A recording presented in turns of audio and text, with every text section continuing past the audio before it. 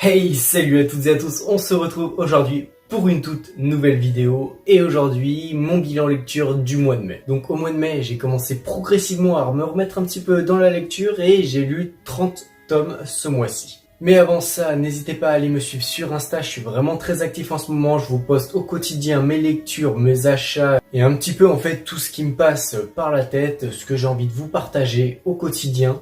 Et aussi en description, il y a mon adresse mail pour que vous puissiez m'envoyer vos mangatech afin que je puisse faire une vidéo mangatech des abonnés. On commence tout de suite avec le premier manga, donc c'est 2 tomes et c'est les 2 premiers tomes de Deadmount Display aux éditions Kiyun de Ryogo Narita et Shinta Fujimoto. Alors clairement, c'est des gros pavés, ils sont vraiment énormes. Mais c'est une lecture qui est assez agréable. Là, on a vraiment la présentation de l'histoire. Je les ai lus au tout début de mois. Et donc, si je me souviens bien, c'est une sorte d'isekai inversé. On a un personnage d'un univers un peu fantastique qui se retrouve virtualisé, qui se retrouve dans notre monde à nous. Donc ça a vraiment été une lecture très agréable à lire, surtout que j'avais chopé le tome 2, 3, 4, 5 d'occasion. Donc j'avais acheté le tome 1 et le tome 6 en neuf pour pouvoir me mettre à jour sur la parution de ce manga. Donc je vais continuer au mois de juin la lecture de ces tomes avec la suite. Et puis je vous en reparle du coup très bientôt. On a maintenant un manga aux éditions Delcourt Tonkam, Sacrificial Vote, tome 3. Donc de Ryuya Kasai et Edogawa Edogawa. Ça vous en entendez parler dans quasiment chaque bilan lecture. C'est toujours aussi bien en fait. Le jeu prend de plus en plus d'ampleur, devient de plus en plus intéressant, on en voit toujours plus. C'est clairement glauque et clairement sympa à lire. D'ailleurs, il me semble que le dernier tome, donc le tome 7, est paru au mois de mai. Donc une série pas très longue, Sacrificial Vote en 7 tomes aux éditions Delcourt Tonkam. Maintenant, on va passer à un de mes mangas, ça fait partie de mon top 3 de mes mangas préférés. C'est un manga aux éditions Kana et il s'agit de Sky High Survival.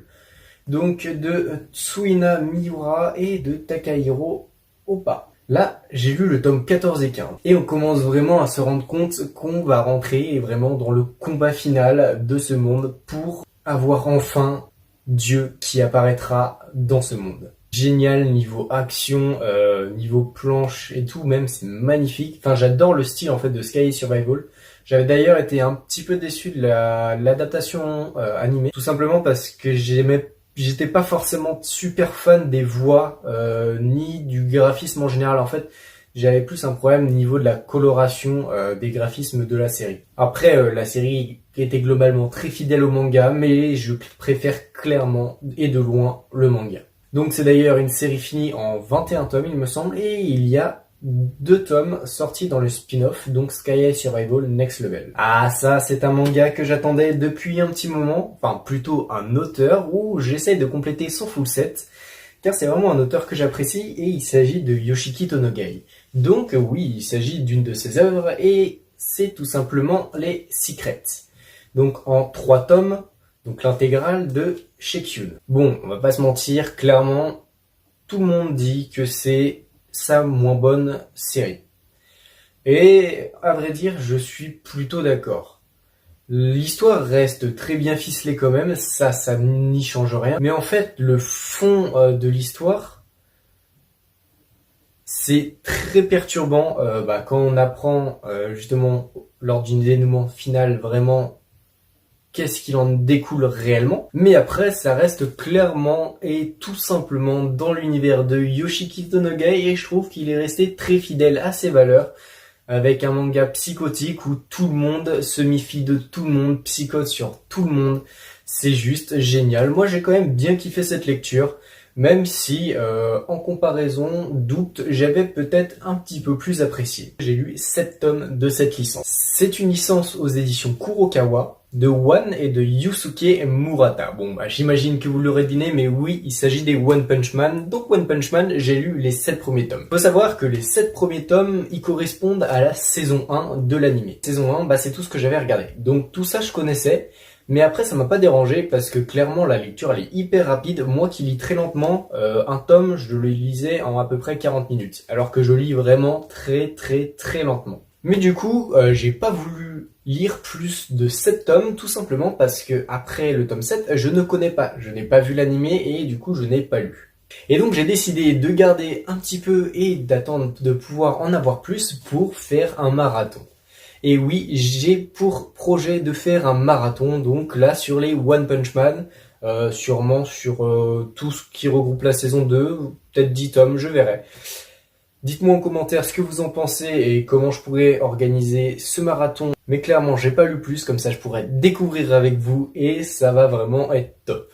Surtout que One Punch Man, clairement, Saitama, il est surcheaté, je le kiffe, il est délirant, il est complètement con, il est teubé, mais je sais pas, j'adore, c'est hyper drôle.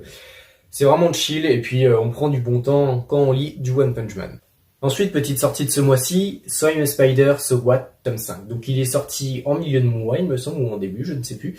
Et je l'ai lu directement. Donc aux éditions Pika de Asahiro Kakashi, de Okinababa et Tsukasa Kiryu. Donc on suit toujours les aventures de notre Tarashu dans cet isekai évolutif et clairement, elle devient clairement de plus en plus badass. On peut clairement parler de cheat mode à ce niveau-là. Enfin bon, je vous en dis pas trop pour pas vous spoil, mais à ce niveau-là, elle peut terrasser en fait quasiment n'importe qui. Enfin, pas n'importe qui non plus, mais ça je vous laisserai le découvrir. Maintenant, un manga aux éditions Kyun de Keiji Nakagawa, Root End, tome 4.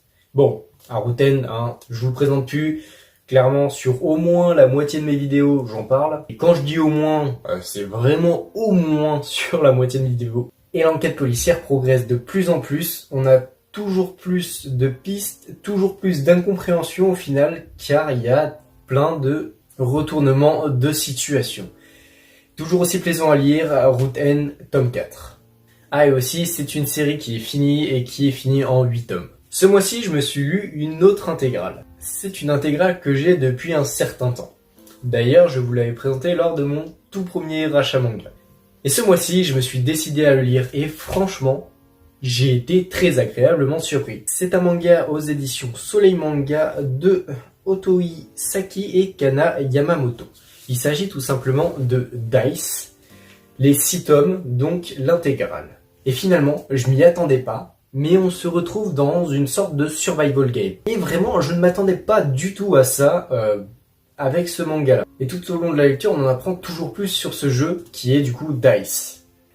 Et ce qui est très très intriguant et ce qui m'a pas mal marqué, c'est la fin. Bon, je vais pas vous la dire parce que c'est clairement du spoil, mais la fin m'a franchement surpris, agréablement surpris, mais je m'attendais à toutes les fins, sauf à cette fin. Vraiment, toutes les fins, je les avais envisagées, mais cette fin, absolument pas. Au final, c'est une très belle œuvre qui, je trouve, n'est pas du tout connue. Je ne la vois nulle part. Et je crois qu'elle a environ 11 ans. Elle doit être sortie vers 2010 ou un truc comme ça. Donc elle est pas si récente, mais elle est pas si vieille que ça.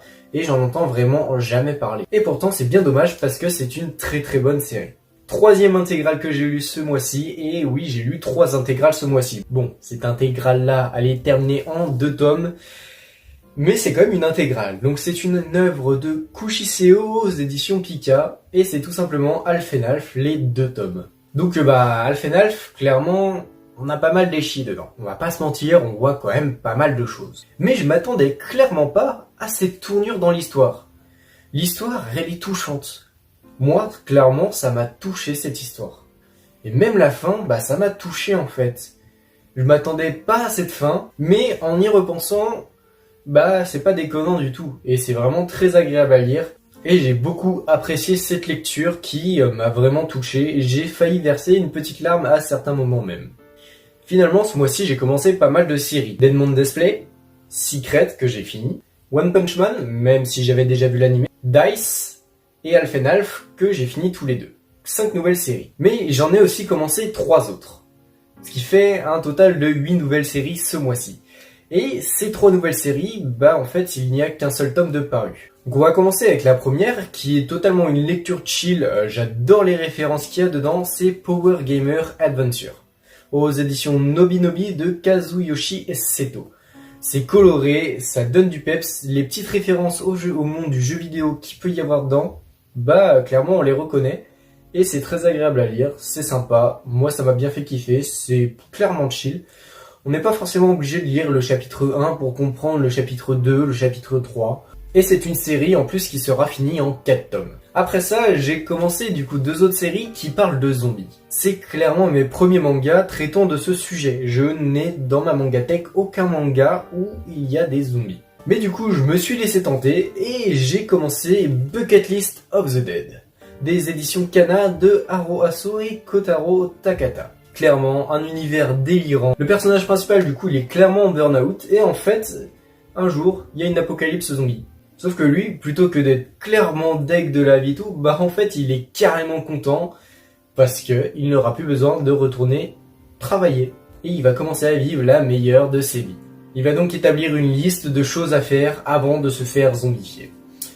Clairement, c'est totalement décalé. L'univers, totalement horrifique. Finalement, l'auteur arrive à en faire quelque chose de décalé avec un humour particulier, mais qui est très appréciable et j'ai beaucoup apprécié cette lecture. J'attends vivement et impatiemment le tome 2. Le deuxième manga de zombies, c'est Soul Liquid Chambers. Donc Soul Liquid Chambers, autres éditions Noévé Graphics de Nozomu Tamaki.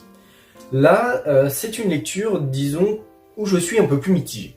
L'humour est encore une fois décalé et très plaisant. Il y a beaucoup de points positifs.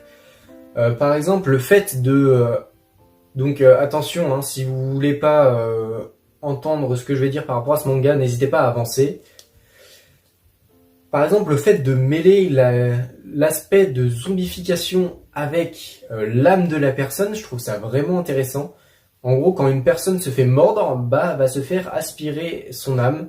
Et c'est vraiment l'âme qui va partir du corps et qui va permettre la zombification. Il y a d'autres points intéressants, mais ça, j'en parle pas pour éviter de vous spoiler, mais par rapport à l'âme et la zombification, c'est vraiment au tout début. Un autre point que j'ai bien aimé dans ce tome-là, c'est clairement la dénonciation de la société.